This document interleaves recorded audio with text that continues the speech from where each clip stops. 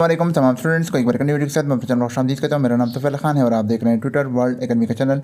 Twitter world academy हमेशा की तरफ रिवाइज पूरा कर रहा है। सबसे पहले आप तक अपडेट्स पहुंचाते रहते हैं। जॉब्स की update, university admission scholar update, कोई भी नई अपडेट आती है आप तक पहुँचाते रहते हैं ताकि आपको लम्हा बखबर कहते रहें। आज आपके साथ एक बहुत बड़ी अपडेट शेयर करने जाने का, अगर आपकी एजुकेशन F.Sc है या अगर आपकी एजुकेशन ग्रेजुएशन है तो आप आर्मी को एज अ कमीशन ऑफिसर यानी as a second lieutenant officer join कर सकते हैं। तो इनकी वैकेंसीज़ का ऐलान कर दिया गया है जिनकी रजिस्ट्रेशन स्टार्ट हो चुकी हैं। इनकी तमाम डिटेल्स आपके साथ शेयर करते हैं। तो आएँ आज के एडवर्टाइजमेंट की तरफ बिना ताख़ीर के बगैर वीडियो को आखिर तक देखें ताकि बच्चे आसानी से समझ आ सकें।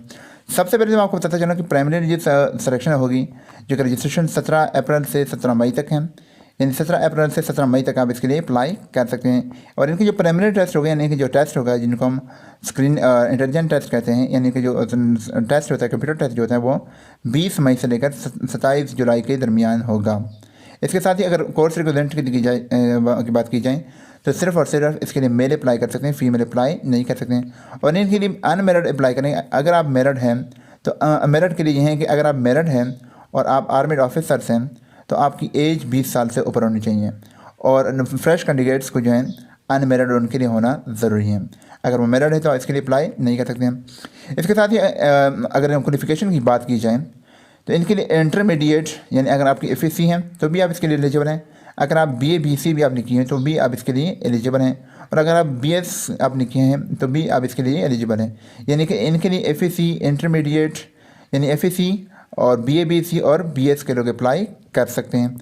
इसके साथ अगर इसकी बात की जाए फिज़िकल स्टैंडर्ड्स के हवाले से बात की जाए तो मिनिमम आपकी जो हाइट है वो 5 फुट 4 इंच होनी चाहिए जो कि 162.5 सेंटीमीटर होनी चाहिए। इसके साथ आपकी जो वेट है वो आपकी बॉडी मास इंडेक्स के मुताबिक उनको देखा जाएगा। BMI जिसे कहते हैं वो आप अपनी चेक कर सकते हैं अपने वेट को करके, उसके बाद अपनी हाइट के साथ चेक कर सकते हैं। इसके साथ ही अगर आपकी नेशनलिटी होनी चाहिए पाकिस्तान की, आज़ाद कश्मीर के लोग या गिलगित बल्तिस्तान के लोग भी अप्लाई कर सकते हैं। एडिशनल इन्फॉर्मेशन के मुताबिक देखा जाए तो इनकी जो ट्रेनिंग होती है वो 2 साल ट्रेनिंग होगी जो कि PMA हो गया। और ये इस कोर्स का नाम है PMA 148। इनकी जो ट्रेनिंग होगी वो 2 साल की ट्रेनिंग होगी और ये रेगुलर कमीशन है, यानी ये शॉर्ट कमीशन नहीं बल्कि रेगुलर कमीशन है। इसके साथ अगर एलिजिबिलिटी क्राइटेरिया जैसे कि मैंने आपको बताया कि इंटरमीडिएट हैं, अगर आप इंटरमीडिएट की तरह अप्लाई करना चाहें तो आपकी एज 17 से 22 साल तक होनी चाहिए और इसमें एज रिलैक्सेशन भी शामिल है 3 मंथ का। और अगर आप ग्रेजुएट यानी BA BSc की तरह अप्लाई करना चाह रहे हैं तो आपकी एज 17 से 23 साल तक होनी चाहिए। और अगर आप BS यानी 4 ईयर जिसको हम कहते हैं, BS ऑनर जिसे हम कहते हैं, उसके लिए है तो आपकी एज 17 से 24 साल तक होनी चाहिए। इसके साथ ही और अगर आप सर्विंग आर्मी ऑफिसर हैं, आर्मी सोल्जर हैं तो आप इसके लिए अगर अप्लाई करना चाहें तो आपकी एज 17 से 25 साल तक होनी चाहिए। इसके साथ ही अगर एकेडमिक रिक्वायरमेंट्स की बात की जाए तो मार्क्स F.Sc में आपकी मिनिमम 50% मार्क्स होने चाहिए, लेकिन वैसे तो 60% मार्क्स होने चाहिए, लेकिन इसमें कुछ क्राइटेरिया हैं, कुछ जगहों के लिए 55% मार्क्स हैं। और इसके साथ अगर BA BSc की तरह अप्लाई करना चाहें या BS की तरह अप्लाई कर रहे हैं तो आपके 60% मार्क्स होने चाहिए, यानी आपकी 2.5 से GPA अप होनी चाहिए। इसके साथ ही 55% जो मार्क्स जैसा मैं आपको बताया जिसमें फाटा है, गिलगित बल्तिस्तान है, डिस्ट्रिक्ट नीलम से, आज़ाद जम्मू कश्मीर है, डिस्ट्रिक्ट पाकिस्तान है, इनके लिए यह है 55% मार्क्स अगर आपके हैं तो आप इसके लिए एलिजिबल हैं। और जो सर्विंग आर्मी सोल्जर्स हैं यानी ऑलरेडी जो आर्मी में काम कर रहे हैं उसके लिए उनकी 50% मार्क्स होने चाहिए। उनकी 50% मार्क्स अगर F.Sc में हैं तो इसके लिए एलिजिबल हैं। और इसके साथ मैं आपको ये भी बताता चलूँ कि अगर आपने अभी फर्स्ट ईयर का एग्ज़ाम दे दिया और अभी आप सेकंड ईयर में हैं और अभी आपके एग्ज़ाम्स हो रहे हैं और अभी होने हैं तो उससे पहले यह है कि आप अपने जो इंस्टीट्यूट है वहाँ से आप होप सर्टिफिकेट लेकर तो आप इसके लिए अप्लाई कर सकते हैं। आपने अपने साथ होप सर्टिफिकेट लेके जाना है। उसके बाद आपकी वेरिफिकेशन होगी और वो आपकी वेरिफिकेशन होगी पाकिस्तान यानी रिक्रूटमेंट सेंटर में। उसके बाद आपको टेस्ट के लिए कर दिया जाएगा। और इसके साथ अगर इनएलिजिबिलिटी की बात की जाए यानी इनएलिजिबिलिटी के हवाले से देखा जाए तो सबसे पहले मैं आपको बताता चलूँ कि जो 2 बार यानी कंसेक्टिव जो यानी ट्वाइस जो है ISSB से नॉट रिकमेंडेड हुए हैं वो इसके लिए अप्लाई नहीं कर सकते हैं। और इसके साथ अगर आप मेडिकल अनफिट हैं तो भी आप इसके लिए अप्लाई नहीं कर सकते हैं। उसके लिए कि अगर आप परमानेंटली मतलब मेडिकल अनफिट हैं यानी इनके मेडिकल बोर्ड से अगर आप अनफिट हैं तो आप भी फिर भी आप इसके लिए अप्लाई नहीं कर सकते। इसके साथ अगर आपको हेपेटाइटिस बी या सी है तो भी आप इसके लिए अप्लाई नहीं कर सकते हैं। यानी अगर आपके पास आपकी डिजीज़ है तो आप इसके लिए अप्लाई नहीं कर सकते। अब इनके जो तरीका है वो आपको ऑनलाइन आपने अप्लाई करना है, उसका लिंक डिस्क्रिप्शन में अवेलेबल है, आपने उस लिंक पर क्लिक करना है, उसके बाद आपने इसके लिए ऑनलाइन अप्लाई कर देना है।